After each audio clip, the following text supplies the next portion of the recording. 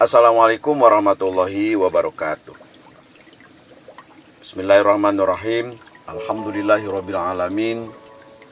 Allahumma sholli wa sallim ala sayyidina Muhammadin wa ala alihi wa sahbihi ajma'in. Rabbi shrah li sadri wa yassir li amri wahlul 'uqdatam min lisani yafqahu qawli. Pada kesempatan ini kita akan membahas tentang penyembelihan binatang atau hewan. Yang muncul adalah gambar ayam. Ini menandakan bahwa kita akan membahas penyembelihan, bukan berkurban. Kalau berkurban nanti kita akan bahas setelah kita memahami proses penyembelihan. Menyembelih adalah menghilangkan nyawa binatang yang halal dengan menggunakan alat yang tajam agar menjadi halal dimakan oleh orang muslim. Teorinya seperti ini. Tapi pada umumnya kita telah mengerti yang dimaksud dengan menyembelih. Ada menyembelih, ada berkurban. Menyembelih belum tentu berkurban. Tapi berkurban sudah pasti menyembelih. Menyembelih belum tentu berkurban karena memang menyembelih itu sifatnya umum. Hewannya umum, bebas apa saja, bisa ayam, bisa bebek, bisa domba, bisa sapi, dan seterusnya, asalkan dia halal. Kalau berkurban sudah pasti menyembelih, karena di dalam kegiatan berkurban itu ada proses penyembelihan hewan. Hanya saja hewannya tertentu, waktunya tertentu, tujuannya tertentu, dan pembagian daging hasil kurban juga tertentu. Nanti kita akan bahas berkurban setelah kita mengerti tentang penyembelihan.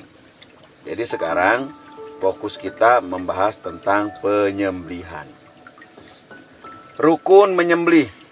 Rukun itu adalah sesuatu yang harus ada di dalam suatu kegiatan.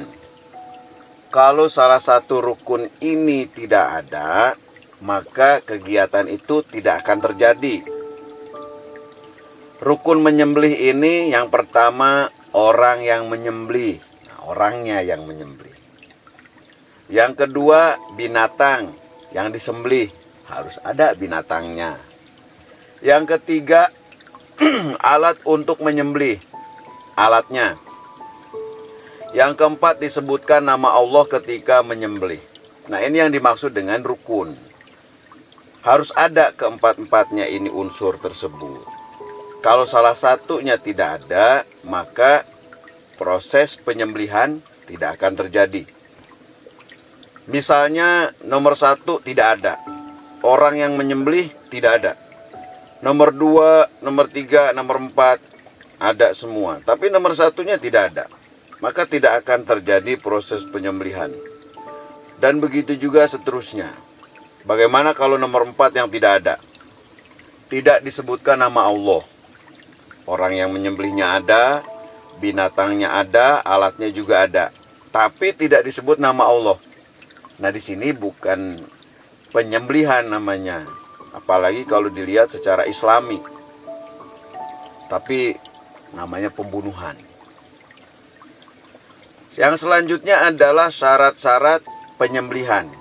Kalau ini rukun, kalau yang dimaksud syarat adalah uraian dari rukun ini. Misalnya orang yang menyembelih syaratnya apa? Binatang yang disembelih syarat-syarat binatangnya apa? Alat untuk menyembelih, syarat-syarat alat itu apa? Dan seterusnya. Syarat orang yang akan menyembelih. Yang pertama, orang tersebut harus Islam. Karena nanti dalam proses penyembelihan itu disebutkan nama Allah. Kalau yang menyebutkan nama Allah itu, misalnya takbir, dilakukan oleh orang yang bukan Islam, tentu tidak sah. Yang kedua, laki-laki. Nah, kalau masih ada laki-laki, ya laki-laki.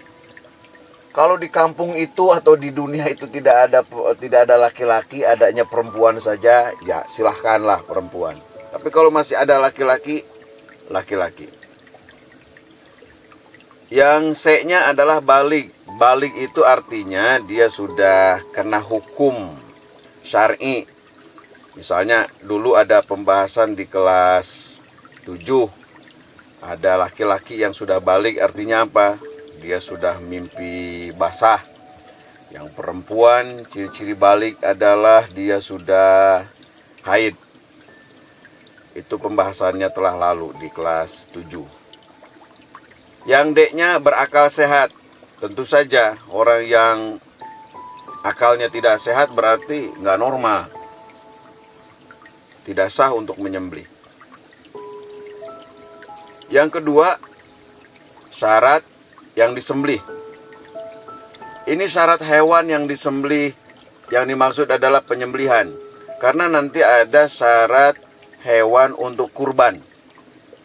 Tapi ini adalah syarat hewan untuk disembelih. Jadi berbeda syarat hewan untuk disembelih atau syarat hewan untuk dikurban. Itu nanti akan berbeda syaratnya. Kali ini adalah syarat hewan untuk disembelih. Yang pertama, hewan itu masih hidup. Hewannya apapun, mau burung, ayam, bebek, sapi, yang penting dia masih hidup. Kalau dia sudah mati, disembelih itu bukan menyembelih hewan namanya, tapi menyembelih bangkai. Yang B, hewan itu halal. Halal secara zatihi atau sababihi. Kucing itu hidup, bisa disembelih, bisa. Tapi dia zatnya memang haram, kucing. Kalau ayam itu halal, bisa disembelih. Tapi kalau ayam itu hasil mencuri atau hasil menipu, ini namanya haram secara sababihi. Itu ayam hasil tipuan, hasil curian, itu haram secara sababihi. Yang dimaksud di sini hewan itu halal secara wujudnya, fisiknya maupun sebabnya. Kalau babi hasil beli, nah ini jual belinya aja, jual beli babi itu haram. Meskipun dia dapat beli, tapi secara zatnya babi itu haram, ya tidak bisa disembelih. Yang C, bukan binatang laut atau binatang air. Karena dalam keterangan apapun yang ada di laut itu halal. Dan hewan air juga halal, asalkan dia tidak hidup di dua alam. Dia hidupnya hanya di air saja. Dan ini tidak perlu disembelih. Karena binatang air, binatang laut tidak perlu disembelih. Alasannya ya mungkin salah satu karena dia tidak punya leher. Nah, ikan kan nggak ada lehernya. Belut, nah bagaimana kalau belut? Belut itu dari kepala sampai ekor seluruhnya leher. Nah, jadi bisa disembelih di bagian mana saja, yang penting membuat dia mati. Kemudian syarat alat untuk menyembelih. Alatnya. Yang pertama, alat itu harus tajam. Tajam dalam arti bukannya runcing ujungnya, tapi tajam dalam arti bisa untuk memotong, menyembelih. Yang B, terbuat dari baja, besi, kaleng, kaca, bambu, atau batu. Tentu saja alat ini kita pakai skala prioritas. Kalau mau pakai kaleng atau kaca, itu dilakukan karena memang pisau atau besi, baja tidak ada. Besi tidak ada, baja tidak ada, pakai kaleng boleh. Kaleng juga tidak ada, pakai kaca boleh. Kaca juga tidak ada, pakai bambu atau batu boleh. Tapi kalau masih ada besi, ada pisau, ada golok, ya gunakanlah besi atau pisau atau golok itu. Terlebih dahulu dibikin tajam. Nah, berikutnya dari sini maksudnya, kalau yang bagian B ini diizinkan, maka yang C sama sekali tidak diizinkan. Menyembelih tidak menggunakan kuku, tulang, atau gigi. Selanjutnya adalah hal-hal yang sunnah di dalam menyembelih hewan. Yang pertama, menajamkan alat penyembelihan. Nah, tadi itu sudah dijelasin di awal. Yang kedua, meniatkan semata-mata karena Allah. Jadi menyembelihnya itu karena Allah. Hewannya sakit disembelih boleh asalkan dia masih hidup. Dan diniatkan karena Allah.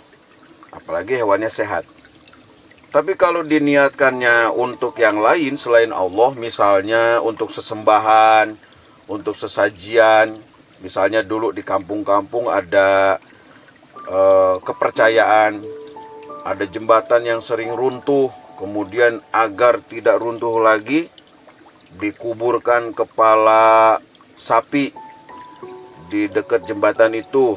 Nah, berarti kan proses penyembelihannya dia bertujuan bukan untuk Allah, tapi memang dari awal diniatkan untuk mengubur kepala hewan tersebut di dekat jembatan. Yang ketiga, menghadapkan hewan ke kiblat. Nanti akan kita bahas dalam ilustrasi praktek bagaimana hewan menghadap kiblat. Yang keempat, membiarkan hewan sembelihan sampai benar-benar mati. Ini sering kita lihat, khususnya yang kita sering saksikan ketika penyembelihan hewan kurban pada Idul Adha. Hewan itu biarkan dulu sampai benar-benar mati, baru kepalanya dipisahkan dari badannya. Kalau sudah mati boleh dikuliti. Nah, ini sering kelihatan hewan belum benar-benar mati langsung dipenggal kepalanya, diputusin, dipisahin dari badannya. Begitu juga hewan masih belum mati benar, tapi langsung dikuliti, digantung. Nah, ini nggak baik. Yang kelima, mempercepat proses penyembelihan. Nah, ini ada kaitannya dengan tadi dan dengan ini juga, menajamkan alat penyembelih. Yang dimaksud menajamkan ini agar mempercepat proses kematian. Bisa jadi alat itu memang tidak tajam, lalu menyembelihnya menjadi lama, hewan itu tersiksa. Atau memang itu tajam, sebenarnya tajam. Hanya ketika di proses penyembelihan dia main-main menyembelihnya. Artinya tidak mempercepat, main-main dipotong sedikit, tunda dulu, potong sedikit, tunda dulu.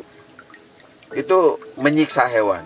Oleh karenanya di bagian 5 ini adalah mempercepat proses penyembelihan sehingga hewan itu cepat matinya. Yang selanjutnya adalah hal-hal yang dimakruhkan di dalam menyembelih. Yang pertama, makruh menyembelih sampai leher putus.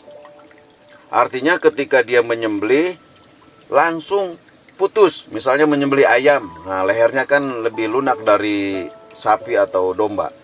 Ketika dia menyembelih langsung putus seketika. Nah, ini makruh nih. Yang kedua, menggunakan alat yang tumpul. Nah, ini makruh. Nah, tadi sudah dibahas. Karena nanti akan menyiksa hewan lebih lama. Yang ketiga, memukul kepala hewan sewaktu akan dipotong. Misalnya hewan itu tidak bisa kerjasama lah dengan kita. Hewan itu susah untuk dikendalikan. Supaya dia tenang, maka kepalanya dipukul sampai dia pingsan mungkin, atau sampai dia berhenti. Kemudian hanya memotong kerongkongan atau saluran makan. Ini makruh nih. Ya, mati juga hewannya, cuman lama matinya. Karena uratnya itu belum putus. Yang dia putuskan hanya saluran makan. Nah ini makruh. Jadi bisa jadi hewan itu setelah dipotong keluar darah terus dia berdiri lagi hidup. Padahal bukan hidup lagi karena memang lama matinya karena uratnya yang tidak terputus.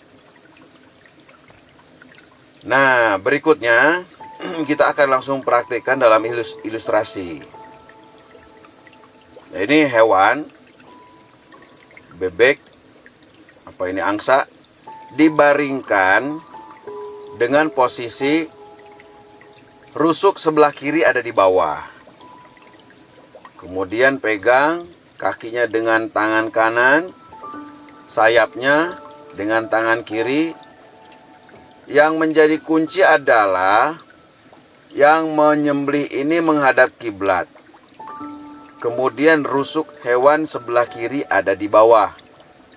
Nah ini berarti hewan itu kepalanya mengarah ke selatan, ekornya mengarah ke utara, kakinya mengarah ke barat, punggungnya atau sayapnya mengarah ke timur. Sehingga posisi yang menyembelih tepat di belakang hewan dan menghadap kiblat. Nah ini seperti ini, rusuk kiri di bagian bawah. Yang menyembelih ini menghadap kiblat. Dengan demikian kepala ini berada di sebelah selatan. Ekornya di sebelah timur. Sebelah utara. Nah, ini yang disembelih, diupayakan menyembelih itu di pangkal leher. Artinya di pangkal leher ini yang lebih dekat dengan kepala. Yang dipotong adalah ini saluran makan, kemudian ini ada urat yang dari jantung ke kepala dan dari kepala ke jantung. Ini dua urat ini harus putus. Satu tenggorokan, yang kedua dua urat ini harus terputus. Biarkan hewan sampai mati. Kalau sudah mati baru silahkan dipenggal, diputus, dipisahkan dari kepalanya, dari badannya dipisahin. Nah, posisi seperti ini yang berkurban memegang alat yang tajam sambil mengucapkan takbir, disebutkan nama Allah. Boleh dengan posisi seperti ini dia ucapkan A'udzubillahi minasyaitonirrajim, Bismillahirrahmanirrahim, Allahumma sholli ala sayyidina Muhammadin wa ala ali sayyidina Muhammad. Ketika alatnya menempel di leher, langsung ucapkan Allahu Akbar, Allahu Akbar. Nah itu disebutkan nama Allah. Seperti itu saja sudah cukup di pangkal leher. Kalau di sini, nah ini jauh dari urat ini jauh. Kalau di bagian bawah, karena itu di pangkal leher supaya lebih dekat kepada tujuan yang mau dipotong itu. Dengan melihat atau dengan materi barusan, mudah-mudahan kita sekarang sudah percaya diri untuk melakukan penyembelihan. Insya Allah, mudah-mudahan materi kali ini ada manfaatnya buat kita semua. Terima kasih. Assalamualaikum warahmatullahi wabarakatuh. Alhamdulillahirrabbilalamin.